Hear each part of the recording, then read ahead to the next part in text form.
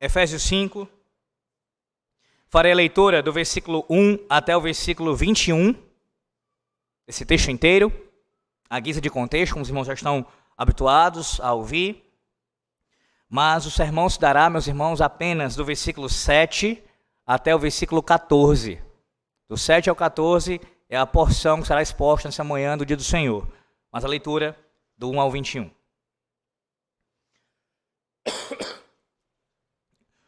Ouça o que diz o Senhor, à luz de Israel. Sede, pois, imitadores de Deus como filhos amados, e andai em amor como também Cristo nos amou, e se entregou a si mesmo por nós, como oferta e sacrifício a Deus, em aroma suave.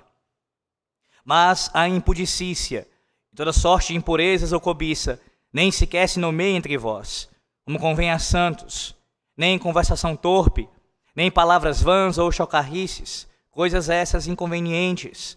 Antes, pelo contrário, ações de graças. Sabei, pois, isto: nenhum incontinente ou impuro ou avarento, que é idólatra, tem herança no reino de Cristo e de Deus. Ninguém vos engane com palavras vãs, porque por essas coisas vem a ira de Deus sobre os filhos da desobediência. Portanto, não sejais participantes com eles, pois outrora éreis trevas, porém agora sois luz no Senhor. Andai como filhos da luz, porque o fruto da luz consiste em toda bondade e justiça e verdade, provando sempre o que é agradável ao Senhor. E não sejais cúmplices nas obras infrutíferas das trevas, antes, porém, reprovai-as, porque o que eles fazem em oculto, o só refletir é vergonha. Mas todas as coisas, quando reprovadas pela luz, se tornam manifestas, porque tudo que se manifesta é luz.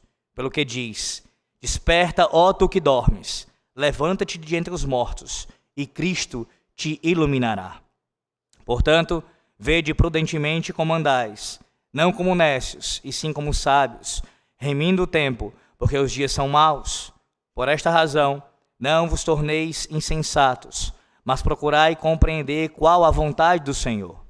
E não vos embriagueis com vinho, no qual há dissolução, mas enchei-vos do Espírito, falando entre vós com salmos, entoando e louvando de coração ao Senhor com hinos e cânticos espirituais, dando sempre graças por tudo a nosso Deus e Pai, em nome de nosso Senhor Jesus Cristo, sujeitando-vos uns aos outros, no temor de Cristo. Amém.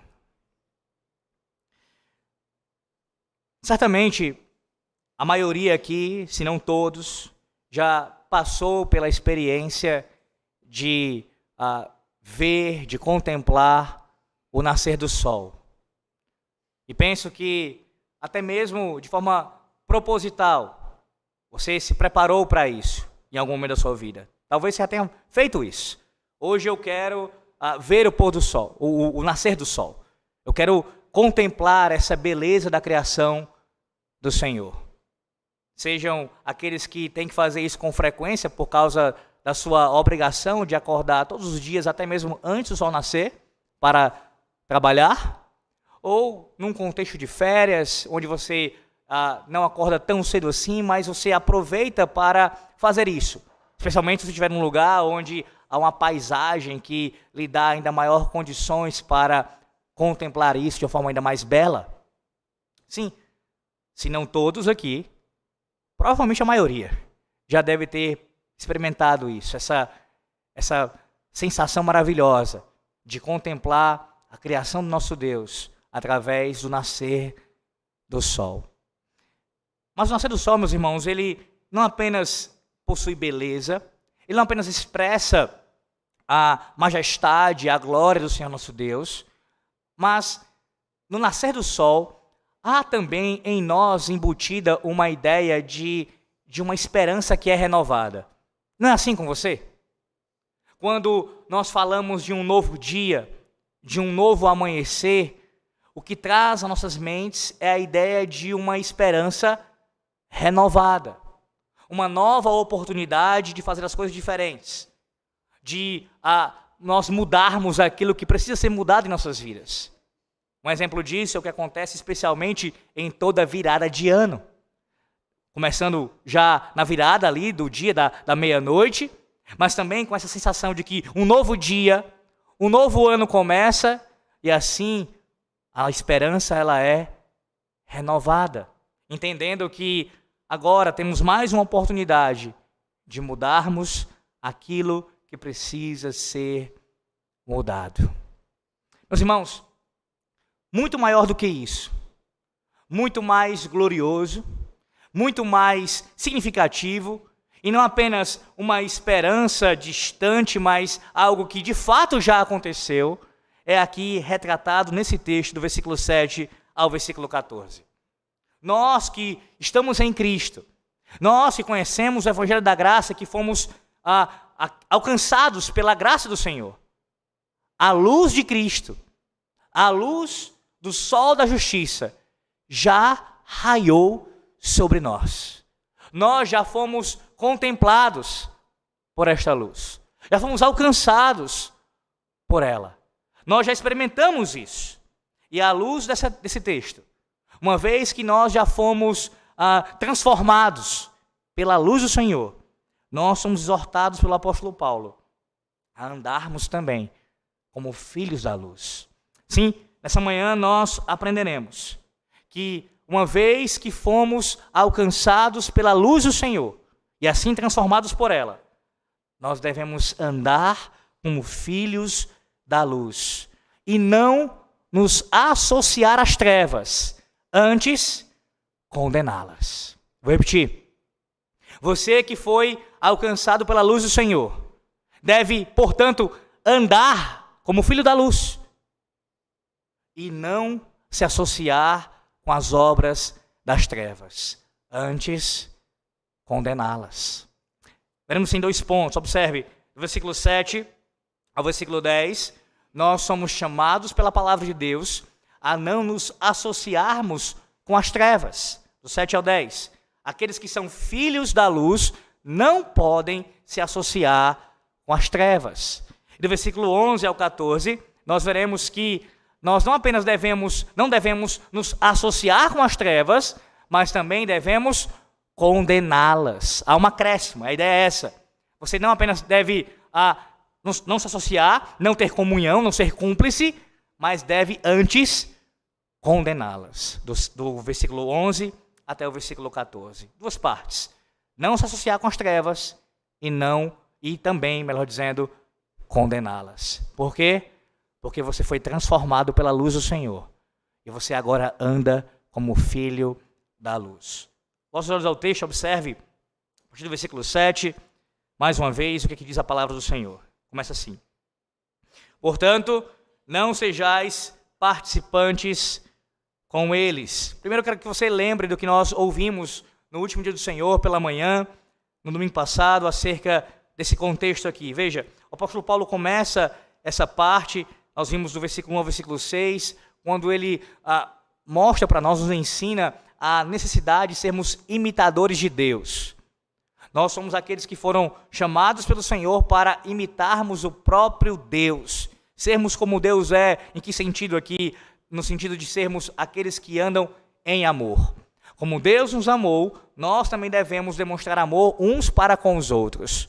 Porque fomos alcançados por este amor, devemos também demonstrar esse mesmo amor. E o apóstolo Paulo nos instruiu, meus irmãos, a palavra do Senhor, acerca desse amor sendo contrastado com o pecado, ou vários pecados de natureza sexual. Não apenas esses, mas também de avareza, de ganância, mostrando assim que aqueles que amam a Deus, aqueles que amam a Cristo, eles andam em amor de tal forma que eles têm uma vida de santificação, de piedade, afastados do pecado, e pecados aqui, como eu disse, exemplificados com relação a esses assuntos que envolvem o 7º mandamento, acerca da pureza, bem como também o 10º mandamento, acerca de nós sermos contentes e satisfeitos com aquilo que Deus nos deu. Agora, a partir do versículo 7, o apóstolo Paulo começa a falar de um outro andar. Não apenas andar na luz, mas também andar, melhor dizendo, não apenas andar no amor, mas também andar na luz. Nós que somos chamados a andar no amor, andar em amor, também somos chamados a andar na luz do Senhor. E assim ele começa o versículo 7 com essa expressão aqui, fazendo uma clara referência ao que ele disse anteriormente. Portanto, ou seja, vocês que foram alcançados pelo amor, que são imitadores de Deus, que ouviram que não podem ser enganados pelos falsos ensinos, e assim serem condenados com os ímpios, porque sim, o texto diz que a ira de Deus vem sobre aqueles que andam nesses pecados escritos. Portanto, não sejais participantes com eles. Perceba que a palavra aqui usada pelo apóstolo Paulo, participantes aqui no original, ela significa alguém que é parceiro ou cúmplice em conluio. É uma participação nos direitos de outro, ao tornar-se, de alguma forma, identificado com essa pessoa.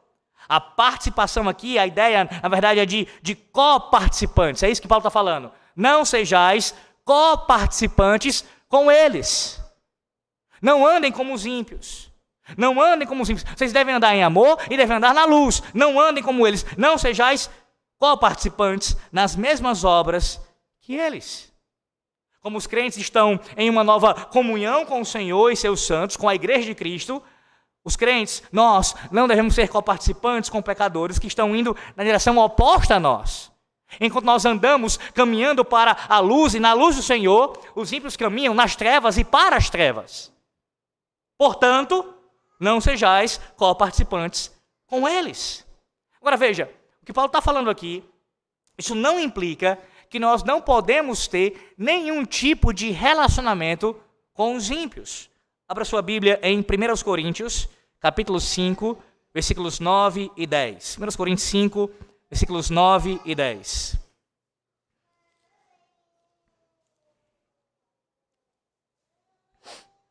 Assim diz a palavra do Senhor. 1 Coríntios 5, versículos 9 e 10. Já em carta vos escrevi que não vos associasseis com os impuros. O mesmo ensino. Vocês não podem se associar com os impuros. Não podem andar em conluio com eles. Mas veja o versículo 10.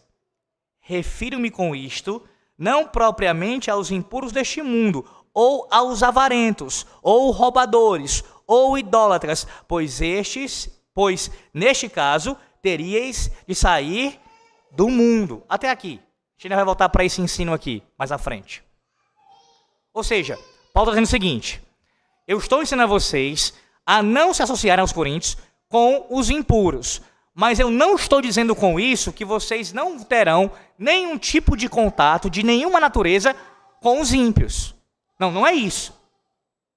Porque se vocês não pudessem ter nenhum contato, o mínimo contato, nem o cumprimentar um ímpio, vocês teriam que sair deste mundo. Essa seria a implicação lógica e necessária. Então, o mesmo ensino aqui está presente de forma implícita em Efésios. Paulo não está dizendo para a igreja de Éfeso e para nós que nós não podemos ter nenhum tipo de relação com aqueles que são ímpios. Não é isso. Mas a ideia aqui, meus irmãos, é no caso de nós mantermos um relacionamento com aqueles que andam nas trevas e professam a fé em Cristo. Ou seja, aqueles que se dizem irmãos, mas não o são. Volte mais uma vez lá para 1 Coríntios, capítulo 5 ainda. Veja o versículo seguinte, versículo 11. Mas agora vos escrevo que não vos associeis com alguém que, dizendo-se irmãos, for impuro, ou avarento, ou idólatra, ou maldizente, ou beberrão, ou roubador, com esse tal, nem ainda com mais. Vou aprofundar isso daqui a pouco, mas logo de cara eu quero que você entenda isso. Que o não se associar aqui não significa você não ter nenhum tipo de relação.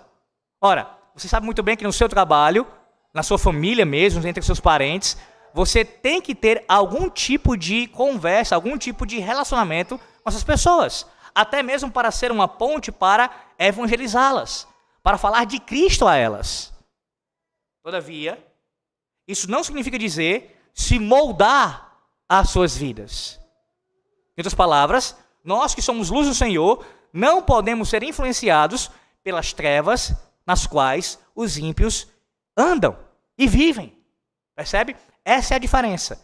Você pode e deve se relacionar em algum grau com aqueles que estão em trevas, mas jamais se associar, ser cúmplice, ser alguém que é coparticipante nas mesmas obras que eles. E o texto, como veremos daqui a pouco, como eu falei, ainda trata de forma mais específica daqueles que estão se dizendo na luz, mas não estão. Guarde isso. Mas por hora, caminharemos com relação a ver o que o apóstolo Paulo segue dizendo sobre esse assunto. Veja, versículo 8. Pois outrora, agora ele apresenta um motivo. Ele dá uma ordem: não sejam participantes, não façam isso. Lembra o mesmo padrão? Não façam isso, não sejam coparticipantes. Aí vem agora o motivo, versículo 8, parte A. Pois outrora éreis trevas. Pois outrora éreis trevas. Em seguida ele fala: mas agora, porém agora, sois luz no Senhor. Qual é a razão que Paulo apresenta? A transformação que ocorreu na vida dessas pessoas, nas nossas vidas. Nós éramos trevas, mas agora fomos transformados em luz do Senhor. Veja que depois de advertir os crentes a não se tornarem coparticipantes com os incrédulos por causa da ira iminente de Deus, aqueles que estão debaixo da ira e que vão experimentar a ira de Deus, Paulo agora apresenta um motivo adicional. Não apenas por causa que vocês podem experimentar a ira do Senhor como eles também, mas um outro motivo é porque vocês já foram transformados. Vocês já experimentaram a luz do Senhor. Vocês não são mais trevas, mas agora são luz. Perceba que Paulo fala que os crentes de Éfeso, eles não apenas estavam em trevas. Veja o que ele fala: éreis trevas. Aqueles que estão longe do Senhor, Paulo aqui usa uma linguagem de personificação. Aqueles que estão longe do Senhor, eles não apenas estão nas trevas, eles são trevas. Essa é a sua natureza. Essa é a sua condição. Eles são trevas. Essa era a mesma condição que nós estávamos. E nessa condição, meus irmãos, como diz o apóstolo Paulo lá em Romanos 1, 32, os pecadores, assim como nós, éramos mantidos sob o poder do pecado e tínhamos a aprovação dos outros em nossas ações pecaminosas. Não é assim que Paulo termina o versículo 32 de Romanos 1? Falando sobre que os que vivem em trevas, que vivem em pecado, eles não apenas estão ali praticando isso, mas até mesmo há uma aprovação desse pecado, há um louvor, há uma ode a essa vida pecaminosa. E quanto mais uma sociedade ela vai se afastando do Senhor, da sua luz para as trevas, mas isso se torna comum e aprovado pela sociedade. Veja se não é exatamente isso que está acontecendo em nosso país, especialmente nos últimos anos. Quanto mais o nosso país se afasta da luz do Senhor e leis são aprovadas e causas são defendidas por líderes do governo e de outras áreas, que são causas que são contrárias ao reino da luz, mais as trevas tomam conta do nosso país. É exatamente esse o processo. É uma demonstração, como diz Paulo em Romanos 1, de que Deus já entregou estes aos seus pecados. Eles não apenas estão sob trevas, eles são trevas. Eles são trevas. Porém, ele diz, vocês Efésios, vocês crentes da Igreja Betel, vocês não são mais trevas. Porém, agora sois luz no Senhor. Veja como o apóstolo Paulo ele faz isso muito bem em suas cartas. Ele ressalta aqui o contraste através dessa conjunção adversativa, que em nossa tradução tem o porém aqui, é o mesmo mas. Mas, agora, e aí isso ainda é reforçado pelo agora. Agora, antes não, mas agora, vocês são luz no Senhor. Ainda que outrora vocês tenham vivido de forma pecaminosa, entregues ao pecado, cobertos pelas trevas, sendo trevas, agora vocês não são mais isso. Vocês não são mais isso, de forma nenhuma. Perceba que essa imagem de luz e trevas, ela é uma imagem que não é nova para nós na palavra de Deus. Se você é alguém que é familiarizado com a Sagrada Escritura, você sabe que não é a primeira vez que a Bíblia usa essa imagem de contraste entre luz e trevas. Esse é um ensino que aparece já no Antigo Testamento. Ouvimos hoje pela manhã, no início do culto, em Isaías 60, o profeta falando sobre a luz do Senhor. E isso se repete, essa ideia de luz do Senhor, em outras partes em Isaías, como no capítulo 26, por exemplo. E também em outras partes do Antigo Testamento. O próprio Cristo, nosso Senhor, falou sobre luz e trevas, trouxe essas imagens para o seu público. O Evangelho de João é bastante conhecido por também ensinar através dessas imagens, luz e trevas. Então não é uma imagem nova para nós, biblicamente falando. Paulo está se valendo desse conhecimento bíblico, dessas imagens bíblicas aqui, para retratar qual é a condição, as duas condições da humanidade. Há aqueles que estão em trevas e são trevas, e há aqueles que estão na luz e são filhos da luz. Não existe uma terceira opção. Não há aqui uma luz aqui, mais ou menos. Não existe isso. Ou é luz, ou é trevas. Ou é filho da semente, ou é semente da mulher, ou é semente da serpente. Além disso, nesse ensino do versículo 8, o apóstolo Paulo também mostra para nós que as pessoas em trevas aqui, retratadas por ele, elas dependem de si mesmas, de seus próprios esforços. Elas são trevas. Elas são trevas.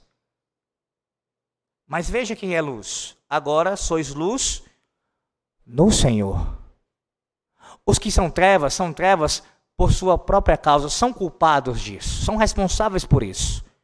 Mas os que são luz, você que é luz, você é luz no Senhor, por causa do Senhor. Ou seja, quem é luz na dependência do Senhor. Você não é luz porque você naturalmente é assim. Você foi transformado em luz. Você estava em trevas, era trevas, e a luz brilhou sobre você. Assim como um dia, em um momento aconteceu isso. O Senhor, na sua criação, disse, haja luz. Ele disse também para você, crente, que estava em trevas, que não havia nenhum tipo de raio de sol sobre você. Ele um dia falou, o Santo Espírito falou ao seu coração, haja luz, haja luz. E assim você foi iluminado pelo conhecimento do Evangelho e foi transformado em luz no Senhor. No Senhor. Os crentes são luz no Senhor. Que glória, meus irmãos. Que glória. A nossa salvação, como a palavra de Deus proclama do começo ao fim, ela não depende de nós. Louvado seja Deus por isso. Porque se dependesse de você e de mim, sabe qual seria a sua condição nessa manhã? Essa manhã de sol? Trevas. Você ainda estaria em trevas. Ainda seria trevas. Mas porque Deus disse haja luz, porque Deus salvou você, você nessa manhã pode brilhar para Cristo. Veja a sequência do versículo 8, a parte B. A parte B, a parte final do versículo. Andai como filhos da luz. O que Paulo está fazendo agora? Primeiro que perceba que ele volta a repetir o mesmo verbo que ele já usou outras 3 vezes. Que verbo é esse? Um verbo bastante conhecido e bastante usado pelo apóstolo Paulo nessa carta. O verbo andar, que é usado por ele de forma metafórica. Para se referir ao quê? A nossa conduta, a nossa vida. O padrão das nossas vidas deve ser dessa maneira. Devemos andar como o Senhor ordena. Ele falou isso no capítulo 4, versículo 1, capítulo 4, versículo 7, capítulo 5, versículo 2, e agora ele fala no capítulo 5, versículo 8. Andai como filhos da luz. Segundo lugar, veja que esse imperativo do apóstolo Paulo, ele vem logo após o quê? Um indicativo, mais uma vez. mais uma vez, nunca a ordem bíblica para se fazer uma coisa é sem ter o pressuposto, sem ter a base do que Deus fez por nós em Cristo. Em outras palavras, você deve obedecer aos imperativos divinos depois de ouvir e crer acerca do que Deus fez por nós em Cristo. Primeiro indicativo: Deus nos transformou de trevas para a luz. O seu evangelho nos salvou. Cristo e a sua obra nos transformou. Isso já aconteceu. Você já é luz. Portanto, andem na luz. Não há espaço para legalismo. Não há espaço para a salvação pelas obras. Não há espaço aqui para a glória humana, para a sua luz natural brilhar. Isso não existe. É a luz no Senhor, que é do Senhor e depende do Senhor. Você já foi transformado por ela, agora você anda por ela. Você anda como filho da luz. Sendo assim, ninguém que não tenha experimentado esta luz pode andar nela. Essa ordem aqui só pode ser cumprida fielmente por aqueles que experimentaram a luz do Senhor. Além disso, perceba que a ordem que o apóstolo Paulo dá aqui de andar na luz, no final do versículo 8, é um imperativo que está no tempo presente, meus irmãos, que mais uma vez denota uma conduta que é habitual. Ou seja, você não é chamado para andar na luz esporadicamente. Não, de vez em quando, às vezes, quando chegar o dia do Senhor, quando estiver indo e estiver entre os irmãos da igreja, aí eu ando na luz. O tempo todo. Lá no seu quarto. Lá no seu trabalho. Nos lugares mais íntimos do seu coração. A luz do Senhor tem que brilhar sobre você. E você deve andar nessa luz. O tempo todo. E não apenas uma parte da sua vida. Mas em todos os aspectos da vida, você deve andar na luz. Em outras palavras, não há espaço na vida dos crentes para quartos escuros. Não há. O que significa isso? Áreas não tratadas ou não iluminadas pela luz do Senhor. Não, eu até entendo, eu vou condicionar a minha vida nessa área à luz do Senhor, mas aqui eu tenho maior dificuldade. Uma coisa é ter maior dificuldade, outra coisa é você não submeter tudo isso a Cristo. Lembra da famosa frase de Abraham Kuyper acerca do governo de Cristo sobre todas as coisas? Onde ele diz que não existe nenhum centímetro neste vasto universo que não pertença a Cristo. Lembra disso? Pois bem, não existe nenhuma parte da tua vida, crente. Não existe nenhuma área da sua vida, nenhuma delas, que Cristo não diga, é meu. É minha, pertence a mim. O teu casamento, o teu trabalho, a tua família, os teus negócios, toda a tua vida, sem exceção, a tua mente, o teu coração, as tuas mãos, tudo que você faz, o que você é, pertence a Cristo. Cristo diz, é meu. Portanto, deve andar na luz. Na luz.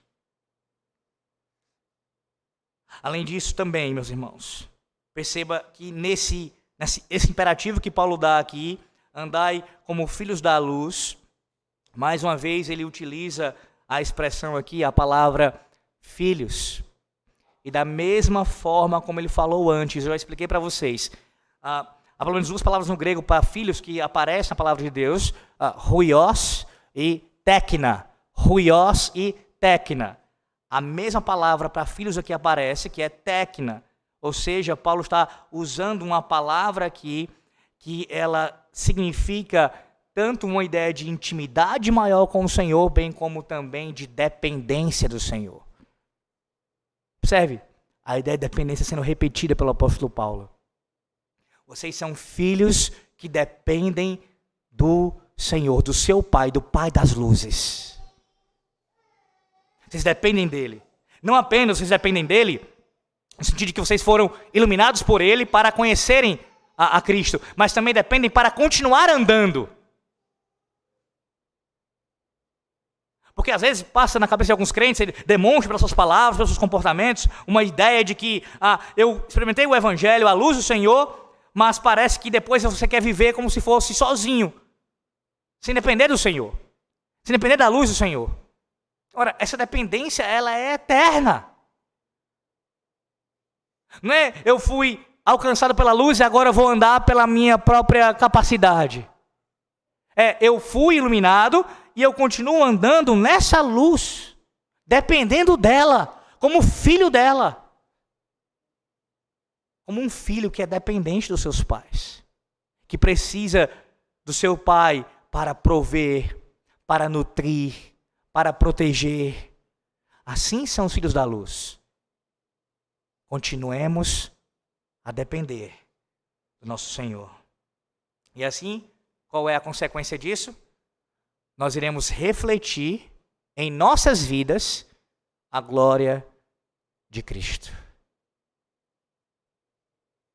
Versículo 9, agora o apóstolo Paulo vai dar as características, porque é uma pergunta que levanta-se. Certamente, à luz do que ele falou aqui no versículo 8, você vai perguntar, peraí, Paulo falou sobre o que nós éramos e não somos mais, no que nós somos agora, e ele nos manda a andar nessa luz, mas a pergunta que se levanta é, o que seria andar na luz? De forma específica, ou seja, aprofundando isso de forma detalhada, dando exemplos. O que seria andar na luz? Fazer a vontade do Senhor e tudo, mas de forma específica. Paulo vai dar aqui algumas características do que é andar na luz. A lista não é exaustiva, nem teria como ser, mas ela nos apresenta aqui um padrão, sim, que serve para nos nortear. Veja, versículo 9. Porque o fruto da luz consiste em toda bondade, justiça e verdade.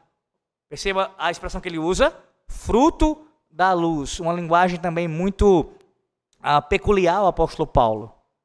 Que é uma linguagem bíblica, não apenas paulina, mas que também é usada em outras partes da Bíblia. Quero dizer nesse sentido. Ou seja, aqueles que estão em Cristo devem produzir, devem demonstrar bons frutos. Os frutos que são a consequência da sua conversão. Nesse caso aqui, da luz que iluminou sobre nós. Ele vai citar quais são esses frutos. O primeiro é bondade. Veja aí, bondade. A mesma palavra bondade, para você se situar no conhecimento bíblico sobre isso, Paulo vai usar lá em Romanos 15, 14. Romanos 15, 14, ele usa a mesma palavra aqui para bondade. Paulo ali em Romanos 15, 14, ele está convencido de que os crentes de Roma são cheios de bondade. Em Gálatas 5, versículo 22, ele cita a bondade como uma qualidade do fruto do Espírito Santo. Essa ideia de bondade aqui, meus irmãos, ela abrange o conceito de ser generoso. E isso está bem de acordo com o contexto, onde nós já temos ouvido o Senhor falar conosco nas últimas exposições sobre não sermos egoístas, mas sermos pessoas que foram transformadas pelo Senhor e, portanto, devemos ser bondosos, sendo generosos, graciosos para com os nossos semelhantes, especialmente nossos irmãos em Cristo. Então, bondade aqui está ligada especialmente a essa ideia. Justiça, tanto em Efésios 4, versículo 24, veja aí Efésios 4, 24. Ele fala sobre isso. E vos revistais novo homem, criado segundo Deus, em justiça, tanto aqui em Efésios 4, 24, como nesse texto, capítulo 5, versículo 9. A palavra se refere à qualidade da vida da qual brotam de ações justas. Ou no caso, porque você é justo, colocando melhor, assim você agirá com frutos de justiça. Mas veja outra palavra que ele cita, a palavra verdade. Eu já expliquei sobre o que seria isso aqui em Efésios. A verdade aqui que Paulo ensina para nós é a realidade ou aquilo que é real, em oposição ao que é falso. Não é assim que ele faz no versículo 25, ele começa assim, versículo 25 do capítulo 4. Por isso, deixando a mentira, fale cada um a verdade com o seu próximo. fazendo esse contraste entre aquilo que é real, aquilo que é verdadeiro e aquilo que é falso.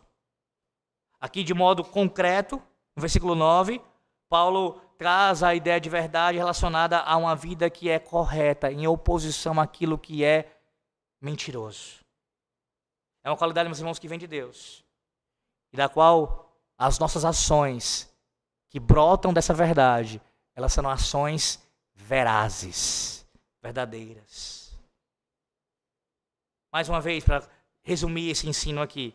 Bondade, versículo 9, bondade, um coração benevolente em relação a outros, em contraste com a malícia que ele descreveu anteriormente. Você que é bondoso agora, que você que anda na luz, você deve ter um coração que é benevolente para com o outro. Não egoísta, não malicioso, não tramando no seu coração contra o seu próximo, muito menos contra o seu irmão em Cristo, mas você é alguém que é bondoso, com esse fruto. Você que foi iluminado pela luz e que anda nela, você agora é justo. Ou seja, você tem a sua vida conformada à justiça de Deus, aos seus padrões, à sua lei. Você foi separado deste mundo, que é entregue à sensualidade, ao egoísmo, à devassidão, e agora você tem uma vida que é reta, que é justa, vivendo conforme o padrão de Deus. E você também, além de bondoso e justo, anda na luz, sendo verdadeiro. Uma demonstração de integridade, relacionamentos honestos, palavras que são verdadeiras, em contraste com palavras que são enganosas e mentirosas, fazendo mal ao seu próximo. Eu pergunto a você essa manhã, é assim que você tem andado?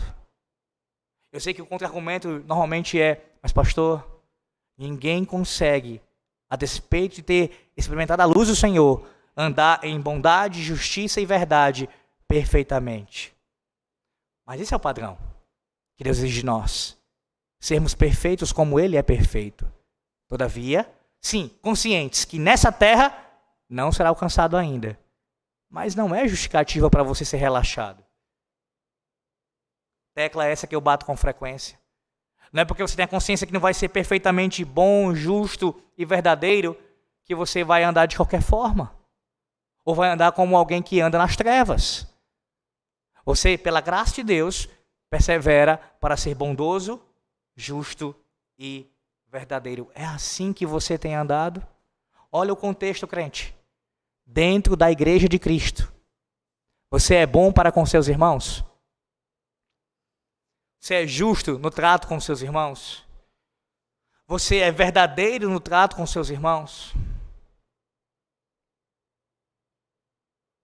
Se não, há um grave problema na sua vida com relação a isso.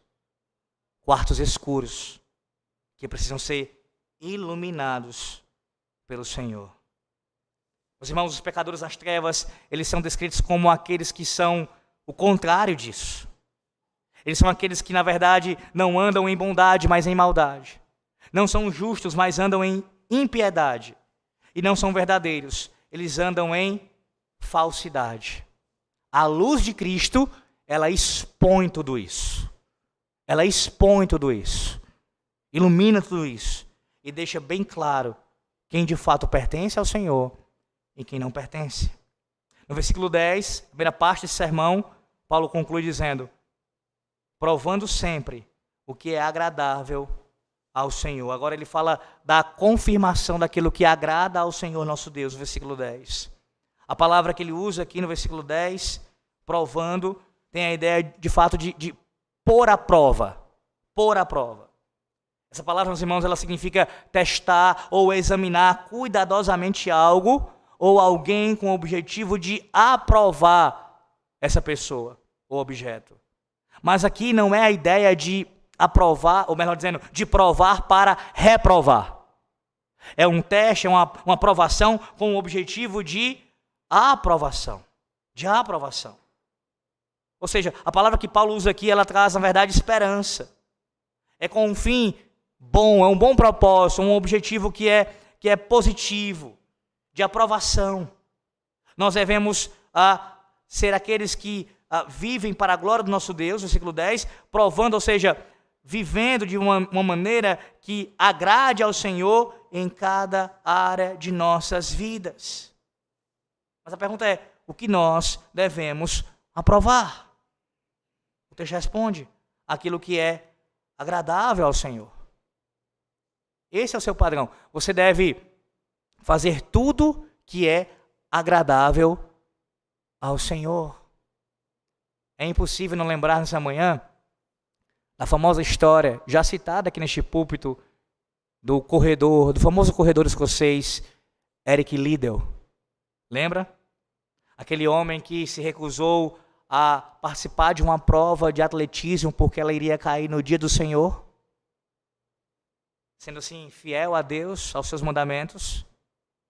Lembra que na história dele, ele fala sobre a sua vocação de ser um atleta, que Deus o havia criado com velocidade, com rapidez.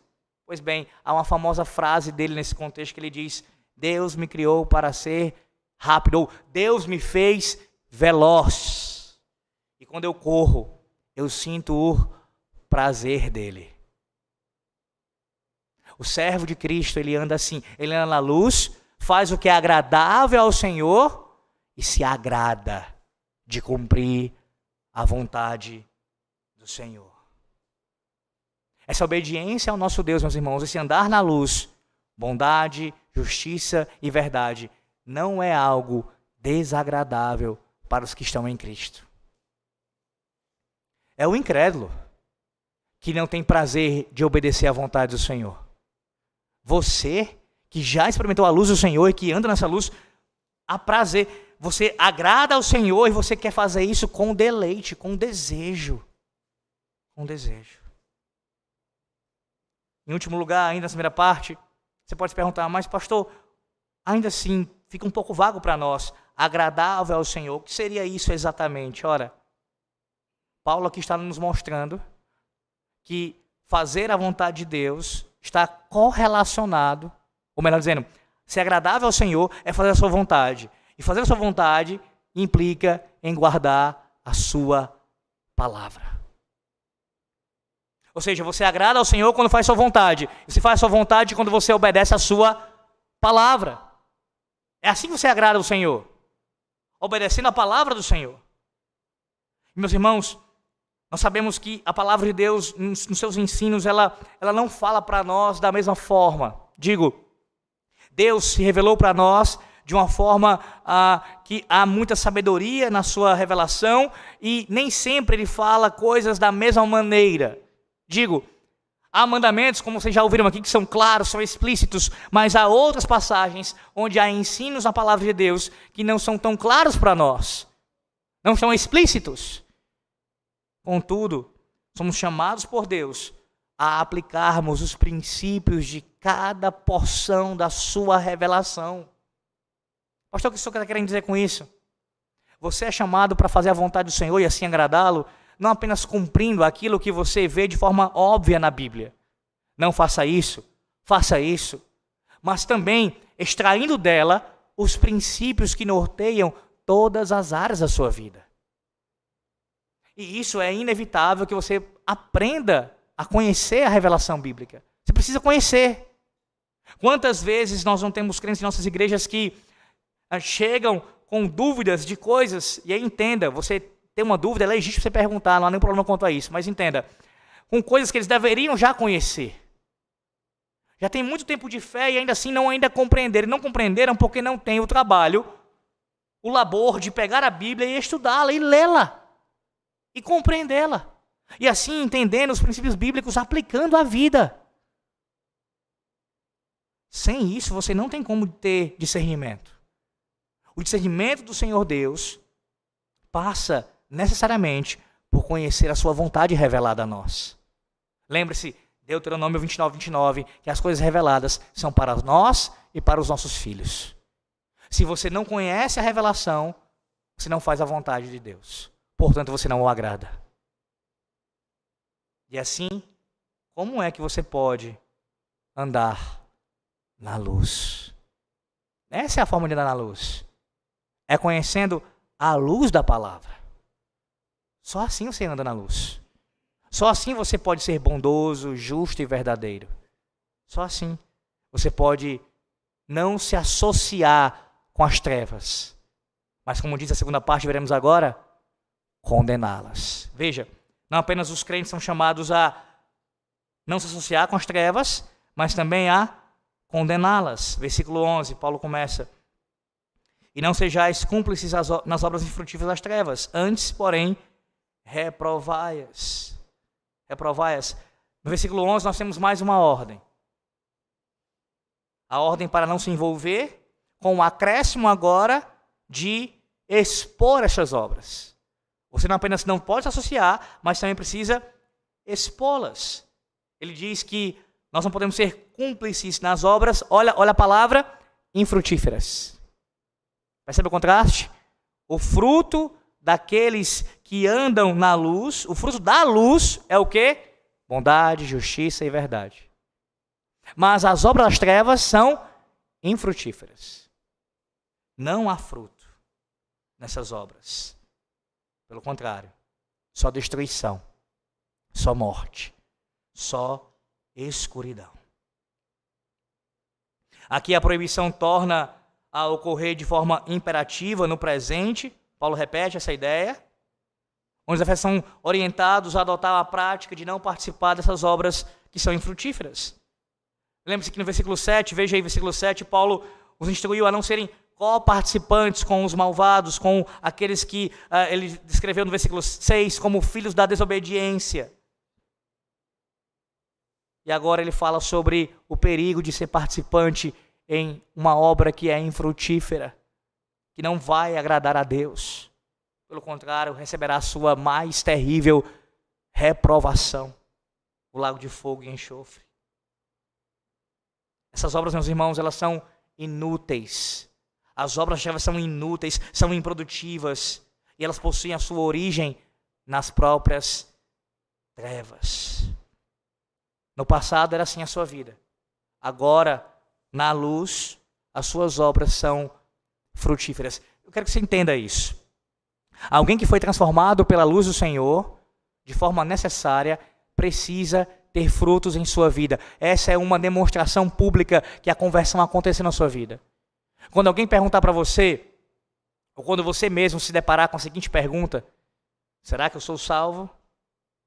Será que eu sou um eleito do Senhor que fui predestinado na eternidade para ser salvo?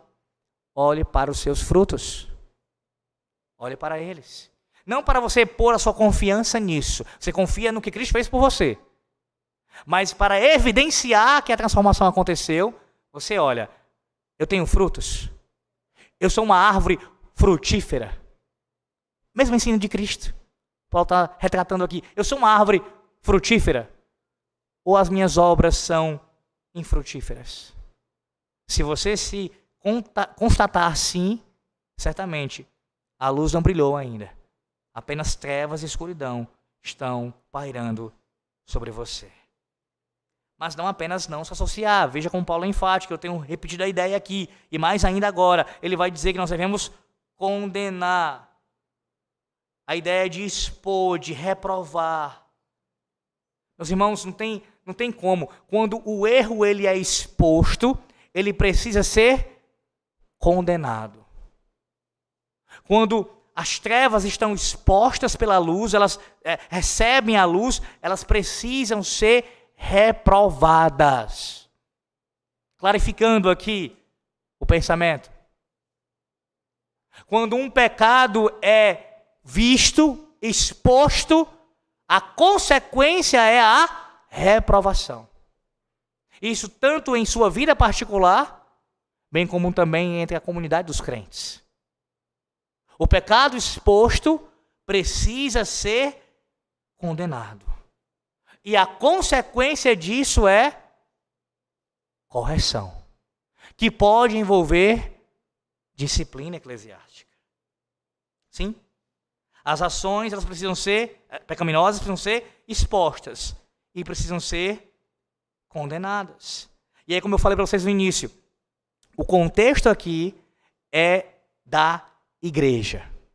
Sim, no sentido mais abrangente, nós temos que condenar, não se associar e reprovar, assim, condenar as obras infrutíferas dos ímpios.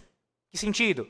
Você não vai ser influenciado pelas trevas, você não pode andar com eles para fazer as mesmas coisas que eles. Você, quando tiver oportunidade, vai reprovar isso quando pregar para eles a lei do Senhor e falar qual é a santidade de Deus, a justiça de Deus contra o pecado deles. Apresentando também o Evangelho como a salvação, como refúgio. Mas o contexto aqui imediato não é para falar de pessoas que estão fora da igreja, mas é dentro. Sendo mais direto ainda, Paulo está dizendo o seguinte: entre nós, entre a igreja de Éfeso, aqui na Betel, na igreja de Cristo, quando alguém estiver dominado pelas trevas, vivendo em trevas, com obras infrutíferas das trevas, essas obras têm que ser expostas e condenadas. Porque aqui é o reino da luz. Aqui o sol da justiça brilhou e brilha entre nós. Então não pode existir trevas em nosso meio. Muito menos elas serem não somente toleradas, mas aprovadas por nós. Elas não podem. Elas têm que ser condenadas. Sim, o contexto é esse. Paulo está falando de crentes. De crentes. O mesmo ensino lá de 1 Coríntios, capítulo 5. Parafraseando o apóstolo Paulo: se há entre vós falsos irmãos, com os tais não mantenhais comunhão. Com falsos irmãos. Os que se dizendo crentes, professam a fé em Cristo, mas que o negam com as suas obras, com as suas vidas. Além disso, a palavra que Paulo utiliza aí, ele diz: antes, porém, reprovai-as. A ideia aqui, meus irmãos, é de fato de você se pronunciar, de você falar com relação a isso. Ora, não é simplesmente nós estamos em nosso meio aqui, alguém está vivendo em pecado, em trevas, entregue, e aí você, só pelo seu exemplo, você vai com a sua luz iluminar a vida do seu irmão. Não, não, não. É falar. Reprovar com argumentação, com fala, à luz da Bíblia. É isso que vai acontecer. Esse trabalho, prioritariamente, é feito pelos presbíteros da igreja, pelos pastores, pelo conselho da igreja, mas cada um de nós, como temos sido ensinados, devemos também tratar uns com os outros.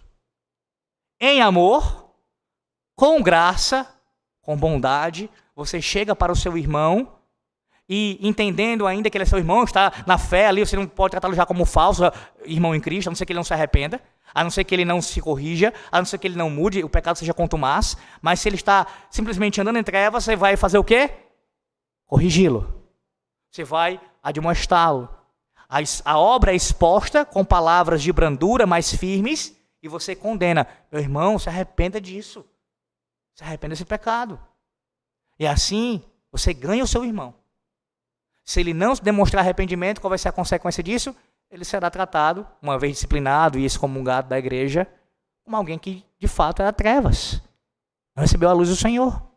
Mas o meu ponto aqui é salientar para vocês que não pode ficar apenas no comportamento. Você tem que falar. Você tem que reprovar. Dizer de forma direta para ele. Lembra de Mateus capítulo 18? Do 15 ao 17?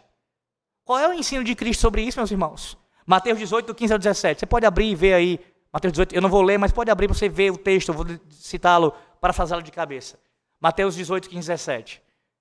Do 15 ao 17 em Mateus 18.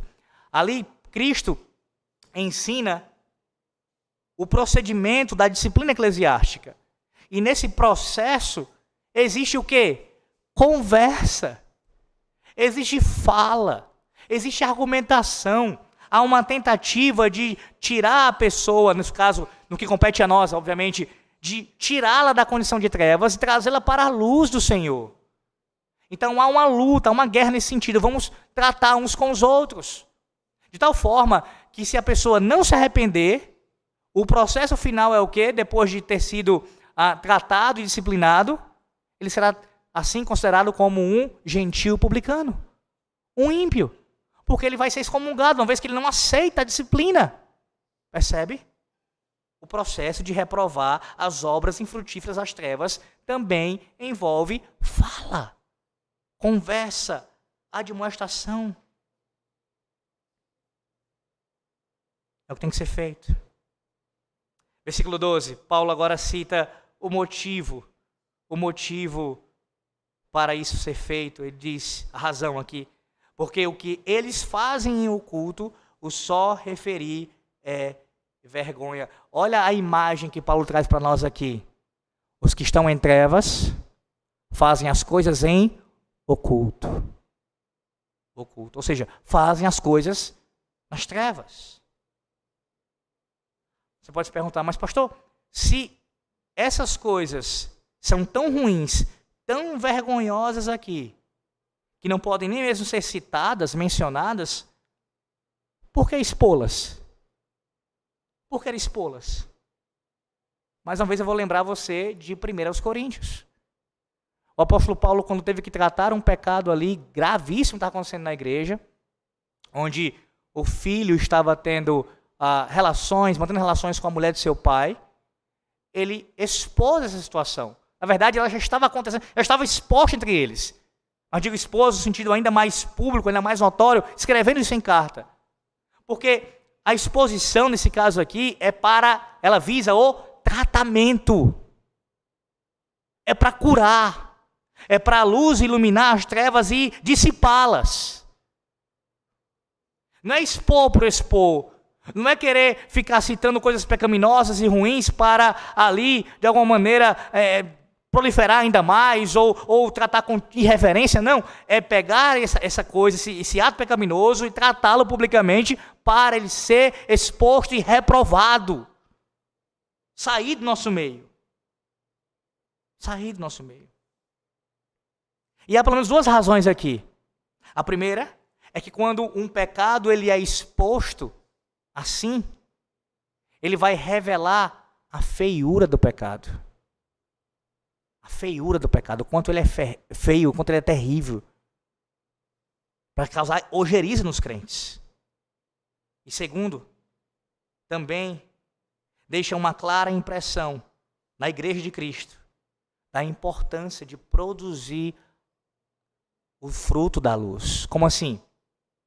Quando um pecado é exposto e reprovado publicamente, isso vai trazer temor ao coração da igreja. Meus irmãos, disciplina eclesiástica serve a esse propósito também. Também. Não se pode permitir de forma nenhuma, dentro da igreja de Cristo, o espalhar das trevas daqueles que vivem longe do Senhor. Longe do Senhor. Então, quando o conselho de uma igreja chega a disciplinar alguém, e aí eu estou falando de maneira fiel, seguindo o que a palavra de Deus ordena, passa por essas razões aqui. As trevas têm que ser expostas e reprovadas. E quando são expostas e reprovadas, isso deve causar nos crentes, na igreja como um todo, uma ojeriza ao pecado e um anseio e uma vontade, um desejo maior ainda por santidade, por santificação. Não pode haver jamais, por parte de nós, entre nós aqui, começando pelo conselho, nenhum tipo de aprovação de conduta pecaminosa. Mas pelo contrário, expor. Doa a quem doer. E vocês podem ter certeza disso. Com relação ao pastor que vos fala, eu não tenho nenhuma dificuldade em fazer isso. Nenhuma dificuldade. Aí entenda. Claro que como um pai, existe a dificuldade de você ter que disciplinar o filho. Sempre, e isso acontece frequentemente na minha casa, quase todos os dias, é difícil usar a vara com os meus filhos nesse sentido. Porque ninguém vai sentir prazer como alguém que está ali se alegrando, ver a criança apanhando e chorando muito. Nesse sentido, não. Nesse sentido, sim, a gente pode dizer que há uma dificuldade para o pastor, para o conselho da igreja.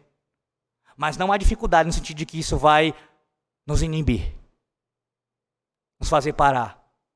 Pelo contrário. quem quer que seja, em qualquer igreja, inclusive nessa, que andar em trevas, não se arrepender, não mudar, as obras serão expostas, reprovadas publicamente. Seguindo o padrão aqui apostólico.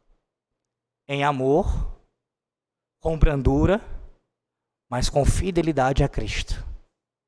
Sem temor de homens. Sem temor de homens. Paulo nos dá uma explicação aqui no versículo 13. Ele diz: mas todas as coisas, quando reprovadas pela luz, se tornam manifestas, porque tudo que se manifesta é luz. É o que acontece. Ele está dando uma explicação do que acontece depois que a luz ela brilha sobre as trevas. E a ideia de manifestar aqui é tornar claramente visível ao olho. Torna claramente visível ao olho. O verbo é usado para transmitir, meus irmãos, a ideia de que todas as coisas ocultas serão manifestas. Isso será evidente no dia que Cristo voltar, mas antes disso acontecer, a igreja do Senhor, que anda na luz, deve também já estar fazendo isso. Expondo e reprovando as obras das trevas. Ele conclui no versículo 14. Pelo que diz: desperta tu que dormes, levanta-te dentre os mortos e Cristo te iluminará. A palavra que Paulo usa aqui para se referir à vida daqueles que estão assim em trevas, mais uma vez ele usa uma imagem para nós que está conectado com essa questão das trevas. Ele fala sobre dormir. Normalmente quem dorme num contexto de escuridão, à noite. E mesmo quando você dorme durante o dia, ainda assim, os seus olhos se fecham. Então veja essas ideias bem presentes: dormir, oculto, trevas. Ele faz isso, ele deixa isso mais rico ainda, o seu ensino, usando essas imagens para nós. O que Paulo está dizendo aqui então, pastor? Que aqueles que estão em trevas, com as suas obras infrutíferas, eles estão como quem dorme. Eles estão relaxados espiritualmente. Eles não estão andando na luz, mas andando como se estivessem mortos. Sim, porque mesmo alguém que já experimentou a luz de Cristo pode, em alguma medida, estar andando e se comportando como alguém que ainda não experimentou a luz de Cristo. Relaxado espiritualmente. Pecando contra o Senhor.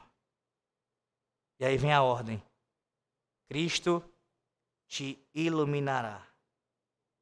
Meus irmãos, eu concluo esse sermão lembrando a vocês da importância de nós andarmos à luz do Senhor, porque já experimentamos, mas citando aqui no final o capítulo 18 da nossa confissão de fé, da certeza da graça da salvação. Nas últimas semanas, eu tenho tratado na quarta-feira aqui, a doutrina, sobre a doutrina da certeza da salvação. E esse é um assunto muito importante, biblicamente, e também nossos símbolos de fé, de tal forma que há um capítulo da confissão para falar sobre ele, o capítulo 18. E muitos crentes se afligem com isso. Na verdade, todos se afligem em alguma medida, e alguns se afligem de forma a ficarem perturbados durante anos na sua vida. Será que eu sou salvo? Será que eu já experimentei a salvação do Senhor? Será que realmente a luz de Cristo me iluminou? Escute o que diz a seção 4. A seção 4 do capítulo 18 da confissão de fé, da certeza da graça da salvação. Os verdadeiros crentes podem ter, por diversos modos, a sua segurança de salvação abalada, diminuída e interrompida por negligenciar a conservação dela, caindo em algum pecado especial que fira a consciência e entristeça o Espírito Santo, por alguma repentina e veemente tentação, retirando Deus a luz do seu rosto e permitindo, mesmo aqueles que o temem, que andem em trevas e não tenham luz. Contudo, eles nunca ficam inteiramente privados daquela semente de Deus e da vida da fé, daquele amor a Cristo e aos irmãos, daquela sinceridade de coração e consciência do dever, coisas pelas quais a certeza da salvação poderá, no tempo devido, ser restaurada pela operação do Espírito. E por meio delas eles são, no entanto, sustentados para não caírem no desespero absoluto. Qual é o ensino aqui da confissão em síntese, que é o ensino da palavra de Deus? Alguém que foi salvo pelo Senhor, você, pode sim, é possível que aconteça com você você perder a certeza da sua salvação. Veja que são duas coisas diferentes. Uma coisa é você ter sido salvo. A salvação jamais pode ser perdida. Cristo, o próprio Deus, ele nos preserva até o fim. Mas a certeza da salvação pode ser perdida. Você pode demorar para consegui-la, e você pode tê-la e depois perdê-la. A certeza da salvação. E veja a linguagem que a Confissão de Fé usa. Retirando Deus a luz do seu rosto e permitindo mesmo aqueles que o temem, que andem em trevas e não tenham luz. Sim, alguém que foi salvo pode andar em trevas sem a luz de Deus durante um tempo. Não no sentido pleno, absoluto, mas em algum aspecto da sua vida, em alguma área da sua vida. Isso pode acontecer. E nesse caso aqui, o contexto é com relação à certeza da salvação. Você pode não ter essa luz da certeza da sua salvação. Temporariamente isso pode acontecer com você. Mas a mesma confissão, à luz do que diz a palavra do Senhor Deus, nos diz que o Senhor jamais permite que nós cheguemos a um desespero absoluto. Jamais as trevas, sejam com relação a esse assunto ou qualquer outro, podem nos encobrir completamente. Por quê? Porque a luz do rosto do Senhor já resplandeceu e resplandece sobre nós. É verdade. Como dizem os puritanos, você pode sim ter um dia que seja aquele dia terrível. Aquele dia que é um dia de angústia e de morte.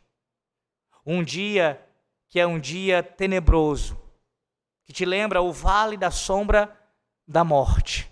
Um dia que o sol ele não parece brilhar sobre você. Isso pode acontecer conosco, com nossas almas. Mas a palavra de Deus nos lembra que aquele que está em Cristo, a luz do Senhor, ela sempre se renova sobre ele. Foi numa manhã de domingo, meus irmãos, num dia como esse, no dia do Senhor, que o sol da justiça nasceu. Ele ressuscitou dentre os mortos e brilhou no seu mais alto fulgor sobre todos aqueles que pertencem a ele. Hoje você é lembrado disso mais uma vez. O dia do Senhor, o dia da ressurreição de Cristo, é o dia que o sol da justiça brilha no seu mais alto fulgor.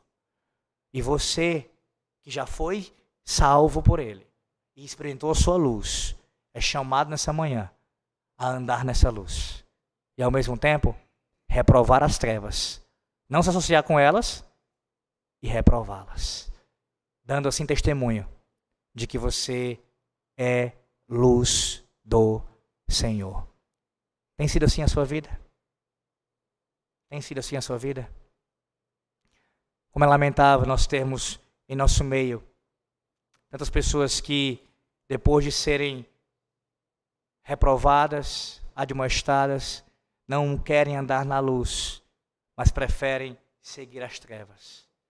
Meus irmãos, nós somos chamados pelo Senhor a ouvir a sua voz, a temer ao seu nome, e assim abandonarmos qualquer tipo de trevas em nossas vidas.